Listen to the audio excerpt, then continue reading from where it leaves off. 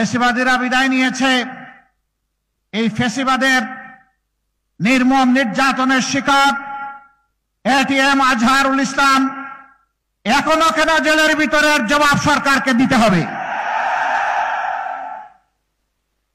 আমরা কোনো ধানাই পানাই চাই না। নিষ্কলুষ এই জননেতাকে জনগণের বুকে ফিরিয়ে দিন, জনগণের জন্য কাজ করার সুযোগ সৃষ্টি করে দিন। এই নিষ্কলুষ মানুষগুলোকে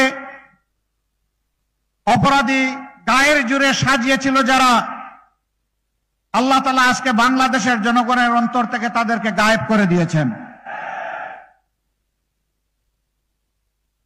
এরা হাজারো মায়ের বুক খালি করেছে, হাজারো বোনকে বিধবা করেছে, হাজারো সন্তানকে এতিম বানিয়েছে। জায়গায় জায়গায় নাগর তৈরি করে এই যুগের নিকৃষ্ট গোপন বন্দিশালা এরা তৈরি করেছিল।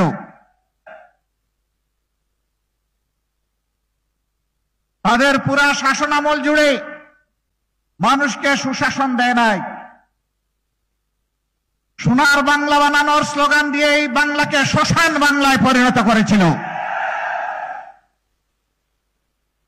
তারা বলতো বাংলাদেশ এখন শান্ত।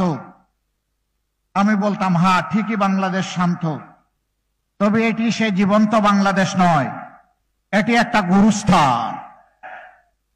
গুরুস্থানে মুর্দারা যেমন কথা বলে না, বলতে পারে না, বাংলাদেশের 18 কোটি মানুষের কণ্ঠ থেকে তাদের কণ্ঠের ভাষা হাইজ্যাক করে নিয়ে যাওয়া হয়েছিল। কথা বলার অধিকার ছিল না। প্রতিবাদ করলেই প্রতিবাদী মানুষের উপর জুলুমের পাহাড় ভেঙে পড়ত। 15.5 বৎসরে তারা খুন করেছে, গুম করেছে, তারা ধর্ষণ এবং লুণ্ঠনের মহারাজত্ব কায়েম করেছে, চাঁদাবাজ দিয়ে জায়গায় জায়গায় বাংলাদেশকে নাপাক করেছে। সবচেয়ে বড় আঘাত দিয়েছে তারা বাংলাদেশ জামাতে ইসলামীর উপর। রাজনৈতিক প্রতিপক্ষ হিসাবে আঘাত দেওয়ার জন্য সর্বপ্রথম তারা জামাতকেই বাছাই করে নিয়েছিল। আমাদের মাথার তাজ 1-2 জন করে 11 জন সম্মানিত দায়িত্বশীল নেতাকে তারা জুডিশিয়াল কিলিং এর মাধ্যমে দুনিয়া থেকে বিদায় করেছে। 5 জনকে অন্যায়ভাবে ফাঁসি দিয়েছে।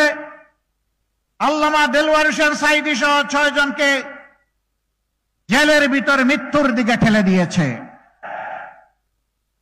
আমরা সকল হত্যাকাণ্ডের বিচার চাই।